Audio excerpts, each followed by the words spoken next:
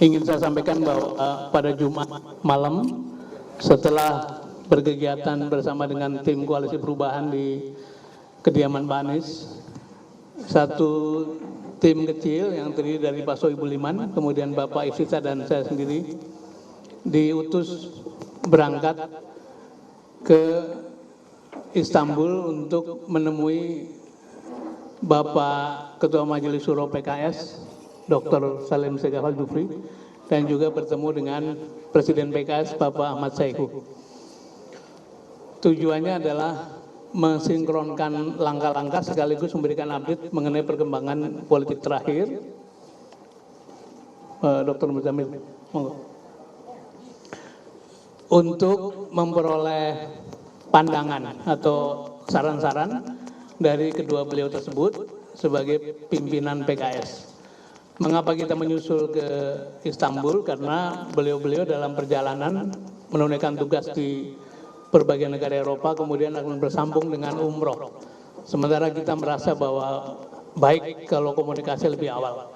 Karena itu kita susul dan alhamdulillah pertemuan berlangsung baik, dan malam ini kita mengundang rekan-rekan untuk mendengar penjelasan dari Wakil Ketua Majelis Syuro mewakili pimpinan Partai Keadilan Sejahtera mengenai keputusan yang telah diambil oleh Partai Keadilan Sejahtera berkaitan dengan dukungan atas pencalonan Bapak Anies Baswedan sebagai calon presiden dalam pemilu 2024. Nanti setelah Pak Sohibul Iman menyampaikan penjelasan, boleh ditambahkan Pak Muzamil, tapi juga mungkin nanti mohon Pak Sekjen memberikan respon sesuai dengan keperluan.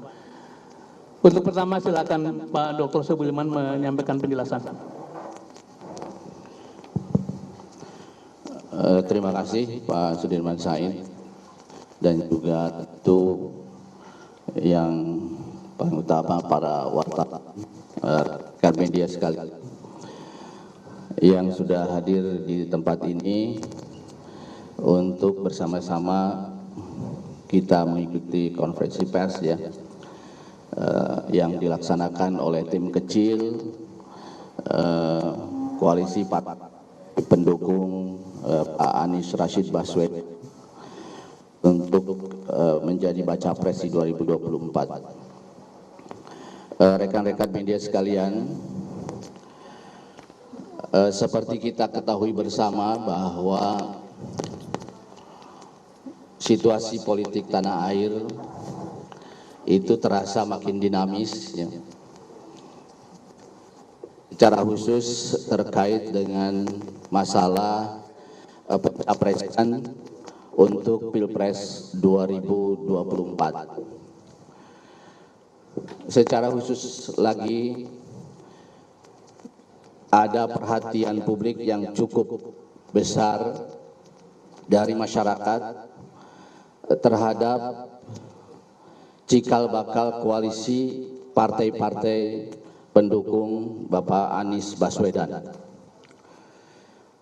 Pekan lalu kita semuanya bersama-sama mengadakan kegiatan atau pertemuan di rumah atau di pendopo Pak Anies Baswedan hari Jumat tanggal 27 Januari 2024. Dari perkembangan situasi yang ada, kami sangat merasakan adanya dinamika harapan atau ekspektasi dari publik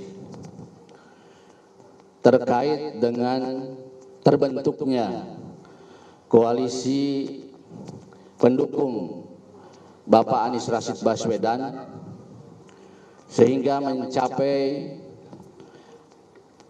angka di atas presidensial threshold 20%. Partai Nasdem dan Partai Demokrat sudah menyatakan secara eksplisit organisatoris bahwa mereka mendukung Bapak Anies.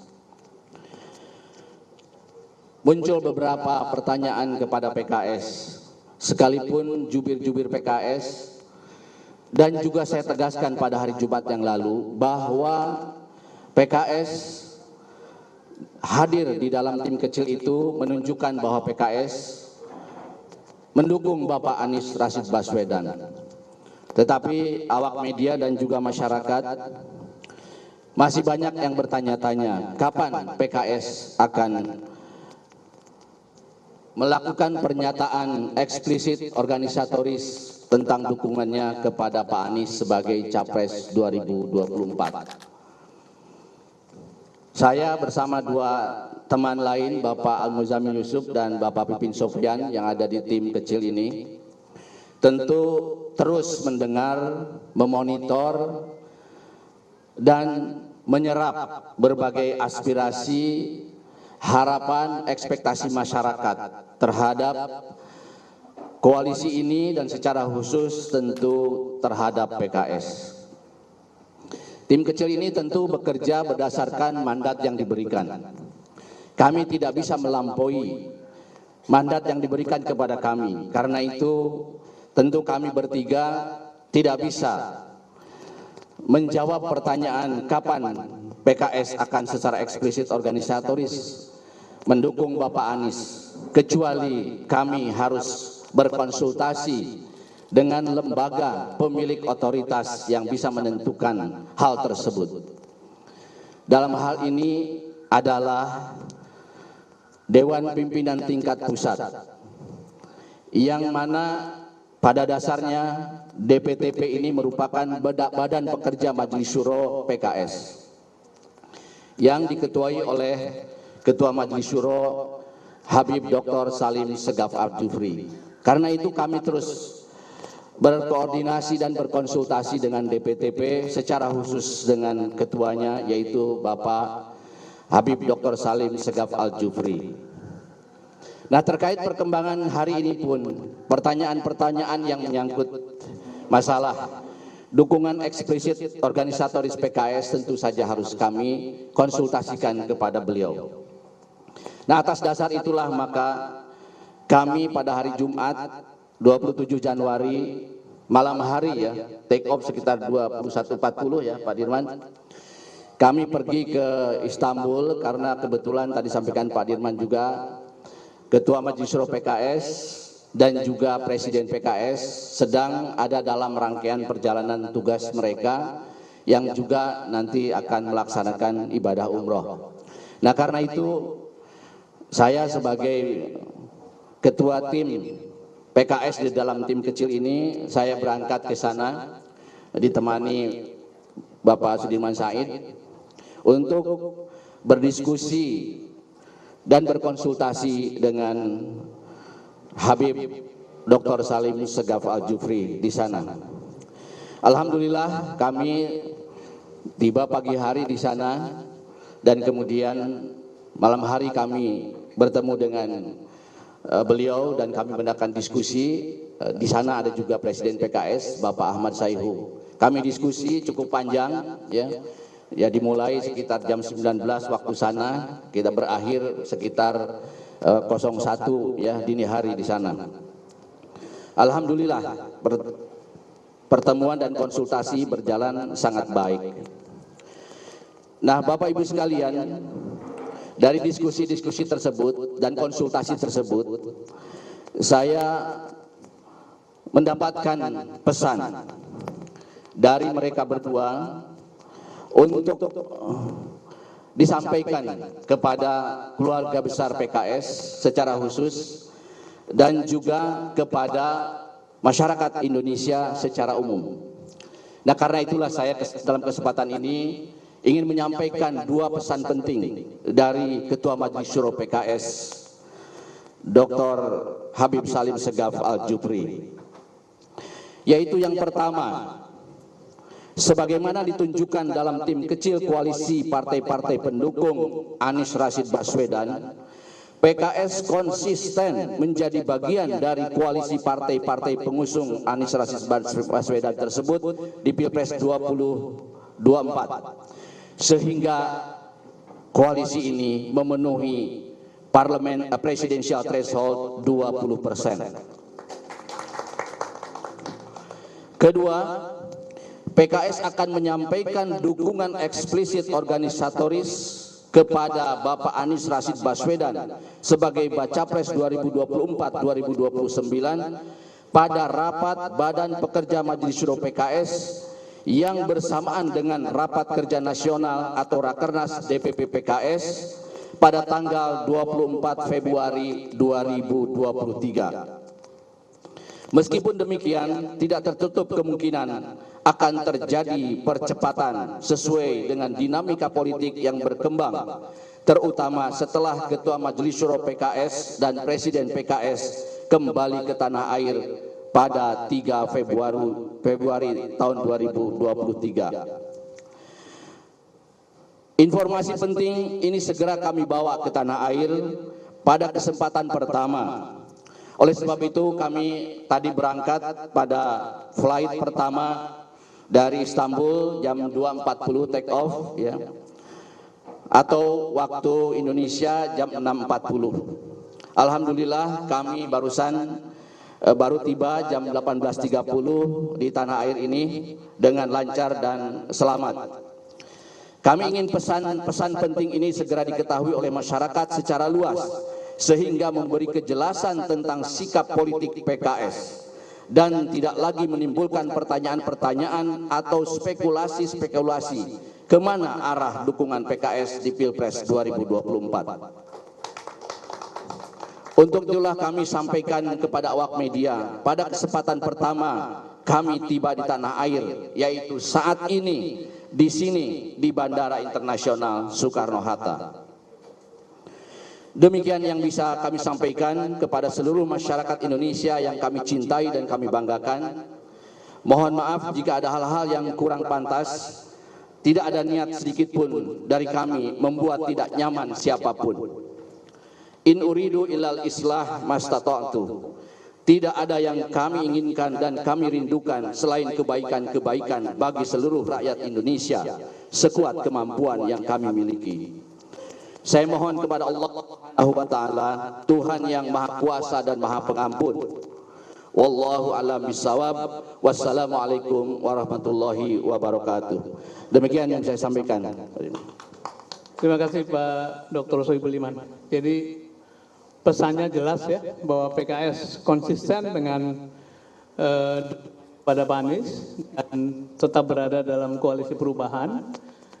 Tadi juga jelas dinyatakan schedule sudah ditetapkan selambat-lambatnya pada Rakernas, tapi bisa lebih cepat dari itu untuk diupacarakan deklarasinya. Tapi pernyataan tadi sudah menyampaikan bahwa PKS dengan tegas, dengan jelas mendukung Pak Anies Baswedan. Itu menyusul yang telah dilakukan oleh Partai Demokrat beberapa waktu lalu, dan karena itu pada kesempatan ini mohon Pak Sekjen menyampaikan komentar atau pandangannya. Silakan. Pak Muzamil mau Pak Sekjen langsung aja. Baik, terima kasih Pak Sudirman Said, rekan-rekan media, Pak Sohibul Iman, Pak Muzamil, Kang Pipin, para rekan-rekan yang hadir pada hari ini. Ya, tentu Partai Demokrat mengapresiasi tindakan, gerakan, tahapan yang dilakukan oleh PKS. Kami juga menghargai, tetapi tadi disampaikan oleh Pak Sohibul, setelah acara di rumah Pak Anies pada hari Jumat, karena keseriusan PKS, malamnya pukul 9 beliau langsung berangkat ke Istanbul untuk mendapatkan arahan dari Ketua Majelis Syuro, begitu juga dengan Presiden PKS. Tentu hal ini kami apresiasi, Pak Sohibul Iman. Kami juga merasa bahwa soliditas kita ini luar biasa. Semua langkah-langkah untuk memenuhi harapan publik terhadap terbentuknya koalisi perubahan itu sudah terjawab pada hari ini. Tinggal kembali, tentu semua itu nanti akan diformalitas oleh 3 ketua umum untuk menandatangani keputusan bersama meresmikan Bapak Anies Baswedan sebagai bakal calon presiden yang diusung oleh 3 partai yang kalau dikumulatifkan untuk presiden thresholdnya sudah melebihi 20% atau kalau tidak salah saya sekitar 28%. Jadi sekali lagi kami mengucapkan terima kasih kepada PKS. Tentu kami ketiga partai ini ya intinya adalah ingin memberikan sebuah poros alternatif harapan publik, dan kami tiga partai ini tentunya hanya bisa mengantarkan, kemudian kami berharap rakyat bebas memilih dan Allah Subhanahu wa taala akan menentukan takdirnya untuk hasilnya tentu. Dan itu adalah niat baik kami, dan niat kami adalah niat rekonsiliasi ya, dan untuk dapat mempunyai atau memperjuangkan seorang tokoh ya, seorang tokoh hak untuk dipilih, dan tentunya kepada masyarakat Indonesia juga hak untuk memilih. Jadi semoga ikhtiar politik kami ini, mohon doanya kepada rakyat Indonesia juga dapat diaminkan. Demikian, sekali lagi terima kasih. Wabillahi taufiq wal hidayah. Wassalamualaikum warahmatullahi wabarakatuh. Terima kasih Pak Sekjen. Saya ingin menutup dengan beberapa poin saja, menggarisbawahi yang sudah disampaikan oleh para pembicara. Pertama, kita semua bersyukur satu persatu dukungan dari partai-partai politik resmi diputuskan. Ini adalah wujud kepercayaan besar kepada Pak Anies Baswedan, tetapi juga wujud kepercayaan besar dan harapan akan hadirnya perubahan yang dinantikan oleh orang banyak. Kami semua rekan-rekan yang bergabung dalam koalisi perubahan berbesar hati, karena pada hari ini Pak Anies adalah bakal calon presiden yang pertama mendapatkan dukungan resmi dalam jumlah yang cukup. Ini artinya bahtera perjuangan koalisi perubahan segera bersiap untuk berlayar menempuh berbagai tantangan. Selanjutnya dalam waktu dekat, para pimpinan puncak partai politik akan bertemu untuk menyusun, menyepakati piagam koalisi, dan pada waktunya insya Allah akan dilakukan deklarasi bersama seluruh partai politik pendukung Pak Anies Baswedan. Kami mohon doa dan dukungan dari seluruh rakyat Indonesia agar semua ikhtiar memenuhi tugas konstitusi ini dapat berjalan dengan baik dan memberi manfaat sebesar-besarnya bagi Republik tercinta. Itu penjelasan kami, barangkali silakan kalau ada pertanyaan. Satu, dua, sebelah sini. Minta tolong mikrofon. Silakan, Mas. Diterima sudah. Ya, cek. Akhir Nasution Pak dari TV One. Pak, kemarin kan Demokrat sudah legowo soal cawapres. Kalau dari PKS sendiri gimana Pak? Apakah menyerahkan ke Anies? Ya, terima kasih. Saya kira terkait sikap masalah cawapres ini, itu sudah jauh-jauh ya, PKS itu memiliki sikap bahwa proses penentuan cawapres itu memang semua partai berhak mengajukan, tetapi pada akhirnya pemilihannya itu diserahkan kepada capres. Ya, tentu saja melalui satu mekanisme yang objektif, misalnya masalah elektabilitas dan sebagainya. Tapi jelas yang menentukan capres itu adalah capres sendiri. Ya, jelas dari awal kami berulang kali mengatakan, selama cawapres yang dipilih itu mendongkrak kemenangan, siapapun dia, tidak harus kader PKS, PKS akan tetap dalam koalisi ini. Terima kasih.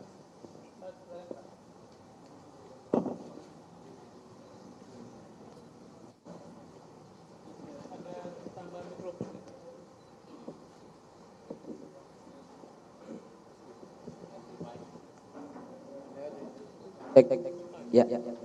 Selamat malam Pak Soebul dan Bapak semua yang ada di depan. Izin Tatang dari Kompas.com mau bertanya Pak, untuk hari ini yang banyak ditunggu-tunggu kan sebenarnya harapannya tadi ada beberapa, mungkin publik juga menilai PKS, Demokrat dan juga Nasdem nih Pak. Tapi untuk ketidakhadiran teman-teman Nasdem hari ini, apakah ini bisa tidak dianggap sebagai sinyal yang cukup oke atau seperti apa? Dan kemudian Untuk deklarasi ini berarti sebelum penandatanganan Pak Sudirman Said, artinya apakah sudah resmi atau tidak ada kekhawatiran bakal ada manuver-manuver lain di antara ketiga partai politik ini? Seperti itu Pak, terima kasih. Terima kasih Mas.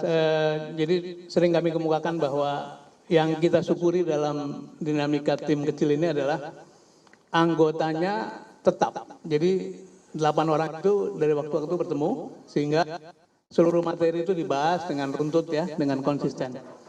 Tadi juga begitu, ketika akan berkumpul, ketika akan berangkat kita sampaikan juga kepada seluruh partai, termasuk Nasdem.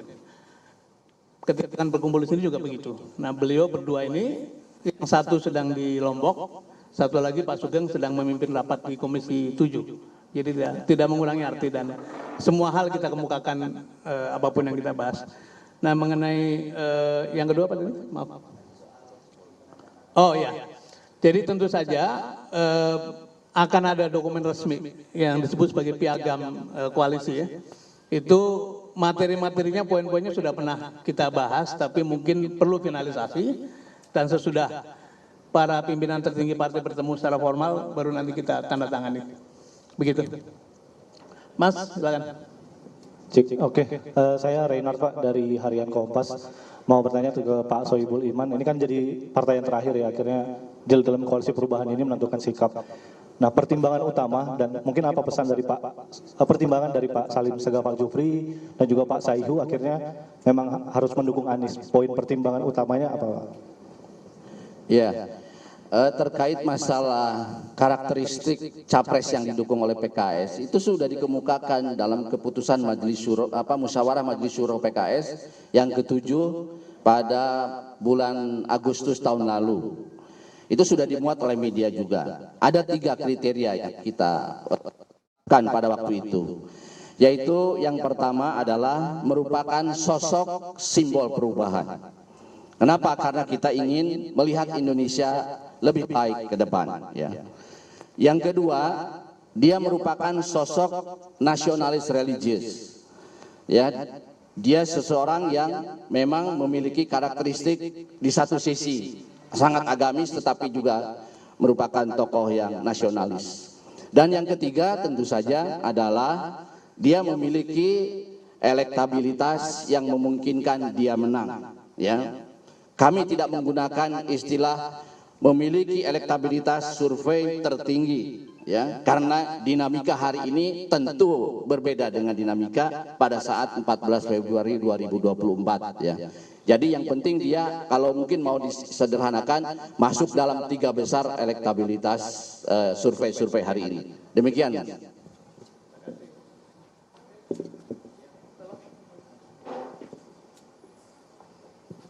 Terima kasih Pak, saya Retian dari Kumparan.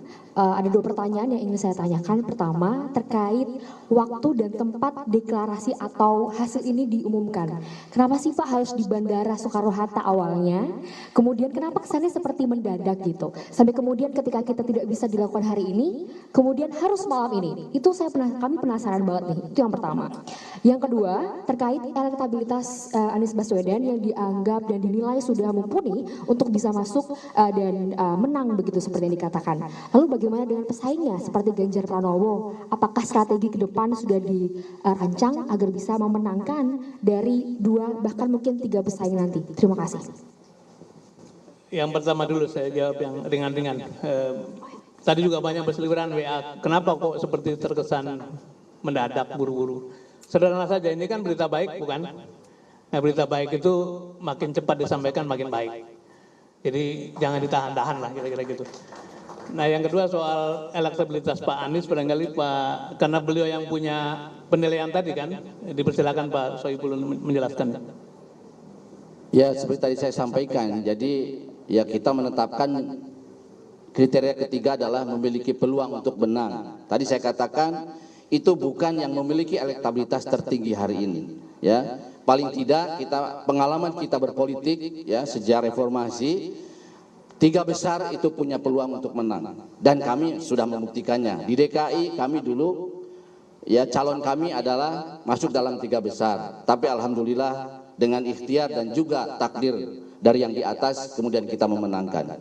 Beberapa pilkada juga demikian, ya, membuktikan bahwa tidak harus yang paling tinggi saat ini di dalam elektabilitas, tapi insya Allah dengan kerja keras kita semuanya akan mengantarkannya menjadi yang tertinggi pada hari H-nya. Terima kasih. Ya, selamat malam. Saya Hendrik dari Medcom. Pertanyaannya sih, ini PKS sudah memberikan dukungan kepada Pak Anies. Apa tanpa syarat? Yang kedua, Sekber kapan akan terbentuknya? Terima kasih.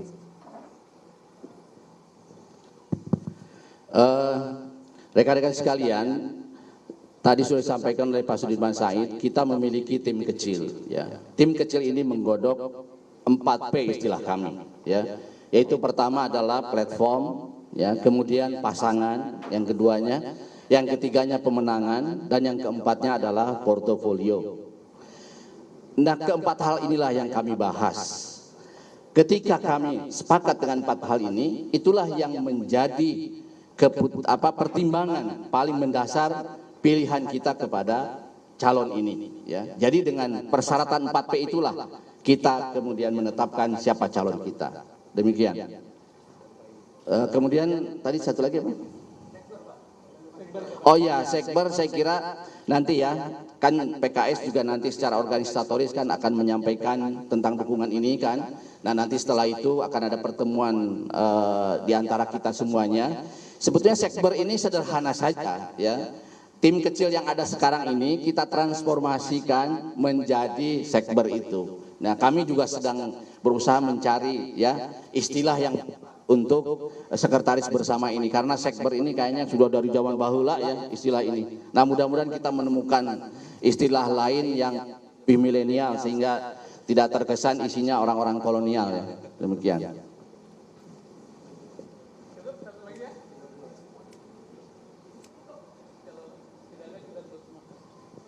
Baik teman-teman semua, terima kasih untuk hadir di sini. Apa yang ditulis dan diberitakan rekan-rekan itu adalah akan menjadi pembawa pesan baik bagi masyarakat, pembawa harapan akan perbaikan dan pembawa harapan akan perubahan ke arah yang lebih baik. Sekali lagi terima kasih dan mohon maaf untuk hal yang kurang berkenan. Saya akhiri dengan salam. Assalamualaikum warahmatullahi wabarakatuh.